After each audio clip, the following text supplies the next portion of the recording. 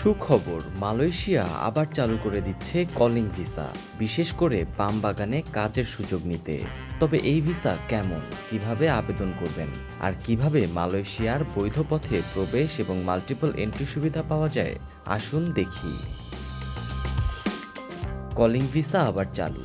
প্রেক্ষাপট সম্প্রতি Bangladesh high commission Kuala Lumpur বিজ্ঞপ্তিতে জানিয়েছে কলিং ভিসা পুনরায় চালু হয়েছে। বিশেষ করে যারা পাম বাগানে শ্রমিক হিসেবে কাজ করতে যান তাদের জন্য এটি প্রযোজ্য।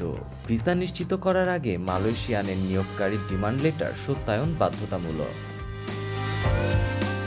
কলিং ভিসা কি এবং এর বৈশিষ্ট্য?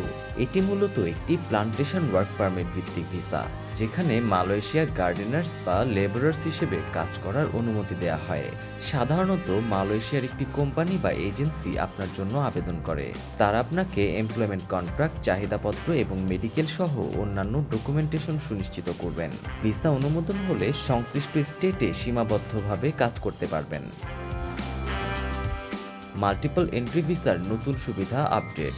মালয়েশিয়া সরকার থেকে নিশ্চিত হয়েছে বাংলাদেশিদের জন্য মাল্টিপল এন্ট্রি ভিসা ইস্যু করা হবে। এর মাধ্যমে আপনাকে মালয়েশিয়ায় পুনরায় প্রবেশ করতে হবে না প্রতিবার নতুন ভিসা নিয়ে।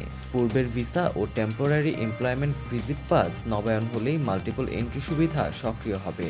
আগের সময়সীমা ও নবায়নের নির্দেশনা। আগে নির্বাচিত শ্রমিকদের কলিং ভিসা প্রক্রিয়া শেষ করার শেষ সময় ছিল 31 মার্চ 2025 এবং ভ্রমণের আগে ভিসা প্রাপ্তির জন্য 15 ফেব্রুয়ারি 2025 নির্ধারণ করা হয়েছিল। তবে এখন নতুন এই মাল্টিপল এন্ট্রি পদ্ধতির ফলে প্রবাসীদের জন্য ভিসা নবায়ন ও মালয়েশিয়ায় যাতায়াত সহজ হবে। কি গুরুত্ব আছে এটিতে? পাম বাগানে বৈধভাবে কাজ করার সুযোগ আবার খুলে যাচ্ছে, যা প্রবাসীদের জন্য বড় একটি কর্মসংস্থানের সুযোগ। মাল্টিপল এন্ট্রি ভিসা রয়েছে, এটি দীর্ঘমেয়াদী কাজ বা নিয়মিত যাতায়াতের ক্ষেত্রে বিশেষ উপকারী।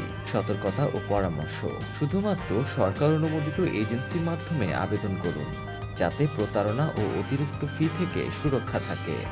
আবেদন ও প্রক্রিয়ার সময়সীমা, ভিসা নবায়ন এবং পরবর্তী আপডেটে নিজেকে সচেতন রাখুন। মালয়েশিয়ায় অবস্থানের সময় নিয়মিত মেডিকেল যাচাই এবং কন্ট্রাক্ট পরিস্থিতি পর্যবেক্ষণ করুন। আপনি যদি খবরটি উপকারী মনে করেন তাহলে অবশ্যই লাইক, শেয়ার এবং সাবস্ক্রাইব করুন। পরবর্তী আপডেটে আবার দেখা হবে পরিক্রমা বাংলায়।